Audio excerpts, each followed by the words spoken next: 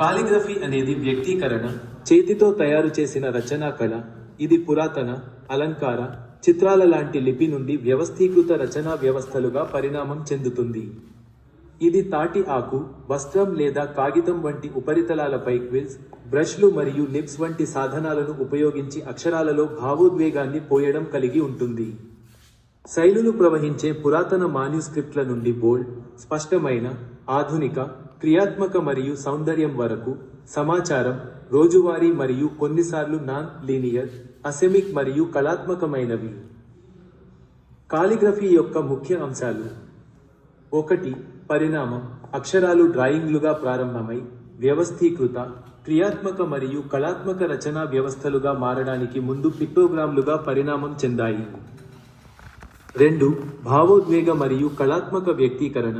కాలిగ్రాఫర్లు అక్షరాలను రూపొందించడంలో గణనీయమైన సమయం మరియు కృషిని పెట్టుబడి పెడతారు. వాటిని ఉపయోగించి భావోద్వేగాలను వ్యక్తపరుస్తారు మరియు దృశ్య, కళాత్మక లేదా శైలీకృత, నాన్ లీనియర్ వ్యక్తీకరణలను సృష్టిస్తారు. 3. క్రియాత్మక ఉద్దేశ్యం. పురాతన కాలిగ్రాఫిక్ అక్షరాలు చాలా అలంకారంగా మరియు కళాత్మకంగా ఉన్నప్పటికీ, నేటివి, వార్తాపత్రికలలో వంటివి, దృష్టిని ఆకర్షించడానికి మరియు త్వరగా చదవడానికి వీలుగా తరచుగా బోల్డ్ మరియు స్పష్టమైన శైలులను ఉపయోగిస్తాయి. 4. ఉపకరణాలు మరియు సామాగ్రి. క్విల్స్, బ్రష్లు, నిబ్లు, సిరాలు, పెయింట్లు, తాటి ఆకులు, వస్త్రం మరియు కాగితం వంటి వివిధ ఉపకరణాలు మరియు ఉపరితలాలు ఉపయోగించబడతాయి. మరియు 5. ప్రపంచ ప్రాముఖ్యత. ఇది మధ్యప్రాచ్యం మరియు తూర్పు ఆసియాలో ఒక ప్రధాన కళారూపం, తరచుగా పెయింటింగ్ లేదా శిల్పంతో పోలిస్తే. కాలిగ్రఫీ అనేది కేవలం రాయడం కంటే ఎక్కువ. ఇది ఒక లోతైన, వ్యక్తీకరణ మరియు తరచుగా క్రియాత్మక కళారూపం. ఇది డ్రాయింగ్ల నుండి అధునాతనమైన, దృశ్యమానమైన మరియు కొన్నిసార్లు నాన్ లీనియర్, కమ్యూనికేటివ్ భాషగా రూపాంతరం చెందింది.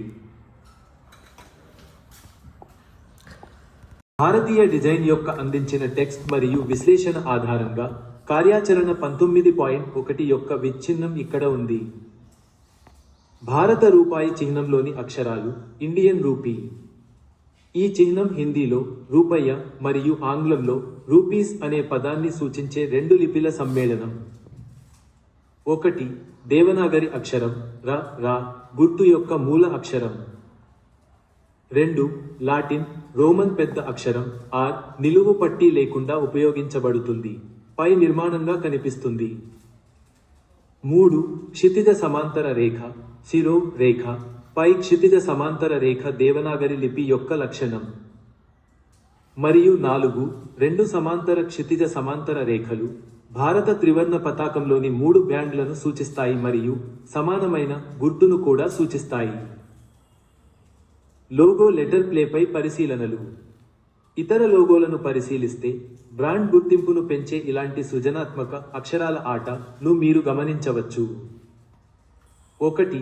Incredible India. చెప్పినట్లుగా ఆశ్చర్యార్థక గుర్తు ఐ అక్షరం వలె పనిచేస్తుంది. ఇది లోగోను మరింత వ్యక్తీకరణ మరియు శక్తివంతం చేస్తుంది. 2. ఇతర ఉదాహరణలు. ఫెడెక్స్ ఈ మరియు ఎక్స్ ల మధ్య ఒక దాచిన కుడివైపు సూచించే బాణం సృష్టించబడుతుంది. ఇది వేగం మరియు ఖచ్చితత్వాన్ని సూచిస్తుంది. అమెజాన్ నుండి జెడ్ వరకు ఒక బాణం గుర్తు వారు ప్రతిదీ అమ్మేస్తున్నారని మరియు చిరునవ్వును ఏర్పరుస్తున్నారని సూచిస్తుంది. బిగ్ బాస్కెట్ బి అనే అక్షరం వ్యాపార స్వభావాన్ని సూచించే బుట్టలా కనిపించేలా రూపొందించబడింది. లెటర్ మార్క్లు ఉదా, ఐబిఎం, హెచ్పి, హెచ్బిఓ ఇవి శైలీకృత, చిరస్మరణీయమైన మరియు కాంపాక్ట్ చిహ్నాన్ని సృష్టించడానికి ఇనీషియల్స్ను ఉపయోగిస్తాయి. అక్షరాల మధ్య ఆకారాలు, రేఖలు మరియు సంబంధాలను మార్చడం వల్ల అక్షరాల కంటే లోతైన అర్థాన్ని, వేగం, వైవిధ్యం లేదా జాతీయ గుర్తింపు వంటివి తెలియజేయడానికి వీలు కల్పిస్తుందనేది కీలకమైన విషయానికి. ఈ కార్యకలాపం ప్రింట్ మీడియాలో టైపోగ్రఫీ మరియు లేఅవుట్ అన్వేషణను ప్రోత్సహిస్తుంది. అందించిన సూచనల ఆధారంగా లెటర్ హంట్ కార్యకలాపానికి సంబంధించిన విశ్లేషణ మరియు దశల వివరణ ఇక్కడ ఉంది. దశ 2 పరిశీలనలు మరియు ఆలోచనలు. 1. పదాలు లేదా అక్షరాలు ఎలా అమర్చబడ్డాయి. వార్తాపత్రికలు స్థలం మరియు చదవడానికి వీలుగా ఉండేలా గట్టిగా, నిలువుగా ఉండే నిలువు వరుసలలో అమర్చబడి ఉంటాయి. ముఖ్యాంశాలు పెద్దవిగా, బోల్డ్గా మరియు బహుళ నిలువు వరుసలలో ఉంటాయి. అయితే బాడీ టెక్స్ట్ చిన్నదిగా మరియు సమర్థించదగినదిగా ఉంటుంది. మ్యాగజైన్లు, ఆహ్వానాలు మరింత సృజనాత్మకంగా అమర్చబడి, తరచుగా చిత్రాల చుట్టూ చుట్టబడి, డ్రాప్ క్యాప్లను, పేరాల ప్రారంభంలో పెద్ద పెద్ద అక్షరాలు ఉపయోగించి మరియు దృశ్య సోపానక్రమాన్ని సృష్టించడానికి ఫాంట్ పరిమాణాలను మారుస్తారు. ప్యాకేజింగ్ తక్షణమే దృష్టిని ఆకర్షించడానికి రూపొందించబడింది. బ్రాండ్ పేరు తరచుగా కేంద్రీకృతమై మరియు పెద్దదిగా ఉంటుంది. అయితే ఉత్పత్తి సమాచారం చిన్నదిగా మరియు శీఘ్ర స్కానింగ్ కోసం నిర్వహించబడుతుంది. 1. అక్షరాలు వేర్వేరు రంగులు మరియు పరిమాణాలలో ఎందుకు ముద్రించబడతాయి? సోపానక్రమం మరియు ప్రాముఖ్యత. పెద్ద మరియు పెద్ద అక్షరాలు ముఖ్యాంశాలు, శీర్షికలు లేదా క్లిష్టమైన సమాచారాన్ని సూచిస్తాయి. అయితే చిన్న వచనం ప్రధాన కంటెంట్ కోసం ఉపయోగించబడుతుంది. గమనిక ప్రకాశవంతమైన, విరుద్ధమైన రంగులు, ఉదా ఎరుపు లేదా బోల్డ్ నలుపు, నిర్దిష్ట పదాలను ప్రత్యేకంగా చూపించడానికి ఉపయోగించబడతాయి. ఉదాహరణకు ప్యాకేజింగ్ ధరలు లేదా మ్యాగజైన్లలో ప్రత్యేక ప్రకటనలు. మూడ్ బ్రాండింగ్ విభిన్న ఫాంట్లు మరియు రంగులు భావోద్వేగాలను రేకెత్తిస్తాయి. సెరిఫ్ ఫాంట్లు సాంప్రదాయ, అధికారికంగా అనిపిస్తాయి.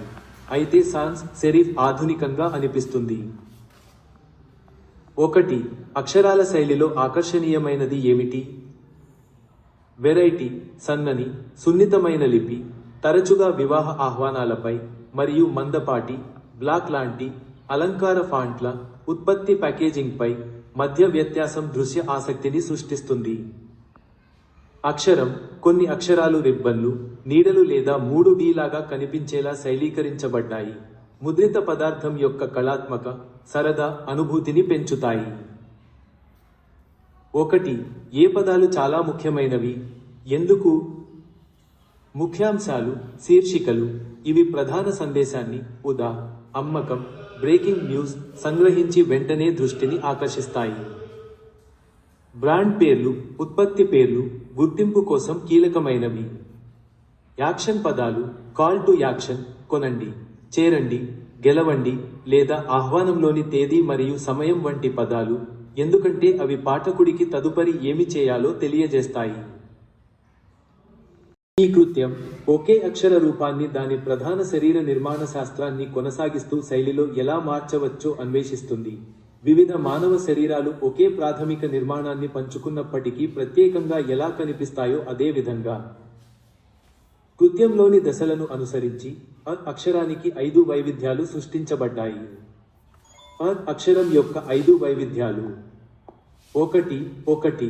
క్లాసిక్ సెరిఫ్ ప్రామాణిక నిష్పత్తి, మధ్యస్థ మందం, తోక వద్ద చిన్న అలంకార సెరిఫ్ ఉంటుంది.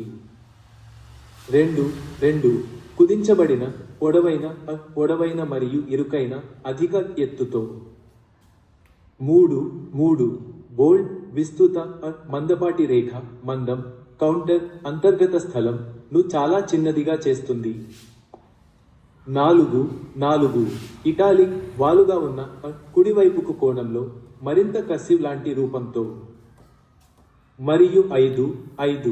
మినిమలిస్ట్, మోనో లైన్, చాలా సన్నని, స్థిరమైన లైన్ బరువు, మోనోలిన్, ఎటువంటి సెరిఫ్లు లేకుండా. వైవిధ్యాల సారాంశం. వైవిధ్యం: ఎత్తు, వెడల్పు, కోణం, రేఖ, మందం. క్లాసిక్, మీడియం, సగటు, నిటారుగా, రెగ్యులర్, ఘనీభవించిన, అధిక, ఇరుకుగా, నిటారుగా, రెగ్యులర్, బోల్డ్, మీడియం, సగటు, నిటారుగా, మందం, ఇటాలిక్, మీడియం, వెడల్పు, వాలుగా, సన్నగా, మినిమలిస్ట్, చిన్నది, వెడల్పు, నిటారుగా, సన్నగా. దశ 3 నాన్ డామినెంట్ హ్యాండ్ కోసం చిట్కాలు.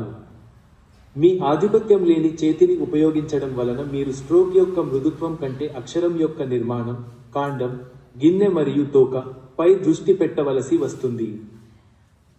పెన్సిల్ తేలికైన నిర్మాణాత్మక రేఖలకు మంచిది. మార్కర్ స్కెచ్ పెన్ బరువు మరియు మందం వైవిధ్యాన్ని చూపించడానికి మంచిది. 4 మరియు 5 దశల కోసం చిట్కాలు గ్రేడ్. 1 బేస్ లైన్ అన్ని అక్షరాలు ఉండే లైన్. 2 X ఎత్తు చిన్న అక్షరాల కోసం పై పంక్తి పైభాగం లాగా. మరియు 3 నిలువు రేఖలు చాలా పొడవుగా లేదా చాలా పొట్టిగా వ్రాసినప్పటికీ అదే వెడల్పును కలిగి ఉండేలా ఒక పెట్టె గ్రిడ్ సృష్టించండి. చర్చ దశ 7 అనాటమీ అన్ని వెర్షన్లలో ఇప్పటికీ గిన్నె మూసివేయబడిన గుండ్రని రూపం మరియు కాండం ప్రధాన స్ట్రోక్ ఎలా ఉన్నాయో గమనించండి. వైవిధ్యాలు పెన్ను కోణం మందాన్ని ఒత్తిడిని మారుస్తుంది మరియు వెడల్పును మార్చడం వల్ల అక్షరానికి కొత్త అనుభూతి కలుగుతుంది. ఈ కార్యకలాపం ఎక్స్ప్రెసివ్ టైపోగ్రఫీపై దృష్టి పెడుతుంది. ఇక్కడ అక్షరాల శైలి, ఆకారం, బరువు మరియు పరిమాణం భావోద్వేగం మరియు స్వరాన్ని తెలియజేయడానికి మార్చబడతాయి. మాట్లాడేటప్పుడు స్వర మాడ్యులేషన్ చేసినట్లుగానే విభిన్న భావోద్వేగాలను మరియు అర్థాలను తెలియజేయడానికి అక్షరాలను ఎలా ఆకృతి చేయాలో ఇక్కడ ఉదాహరణలు ఉన్నాయి. మనం మాట్లాడినట్లుగా రాయడం ఉదాహరణలు. 1 పుట్టినరోజు శుభాకాంక్షలు. ఉత్సాహం, ఆనందం పెద్ద, బోల్డ్, మందపాటి లేదా బుబ్లీ అక్షరాలలో బహుశా శక్తివంతమైన రంగులతో లేదా శక్తిని సూచించడానికి పైకి వాలుగా వ్రాయబడింది. 2 త్వరగా కోలుకోండి. ప్రశాంతత, ఆందోళన, సున్నితత్వం మరియు శ్రద్ధను తెలియజేయడానికి చిన్న, మృదువైన, ప్రవహించే లేదా సన్నని కర్సివ్ లిపిలో వ్రాయబడింది. 3 కోపం. కోపం, నిరాశ అక్షరాలు పదునుగా, వంకరగా లేదా తీవ్రంగా ఒత్తిడికి లోనై ఉండవచ్చు, బహుశా క్రిందికి వంగి ఉండవచ్చు. 4 విస్పర్ నిశ్శబ్దంగా, సిగ్గుగా, చాలా సన్నగా, తేలికైన మరియు ఖాళీగా ఉన్న అక్షరాలతో వ్రాయబడింది. మరియు 5 స్క్రీమ్ లౌడ్, పానిక్ అక్షరాలను సాగదీయవచ్చు, పెద్ద అక్షరాలలో వ్రాయవచ్చు లేదా చాలా దూరంలో ఉంచవచ్చు, ఆశ్చర్యార్థక గుర్తులతో సాధ్యమవుతుంది. మీ స్వంతంగా సృష్టించుకోవడం. 1 పదం ప్రశాంతత కుడి బాణం ఆకారం, లేత నీలం, సన్నని, ఖాళీగా ఉన్న అలల అక్షరాలతో వ్రాయండి. 2 పదం శక్తి కుడి బాణం ఆకారం, పదునైన, బెల్లం, ప్రకాశవంతమైన పసుపు, పైకి వాలుగా ఉన్న అక్షరాలతో వ్రాయండి.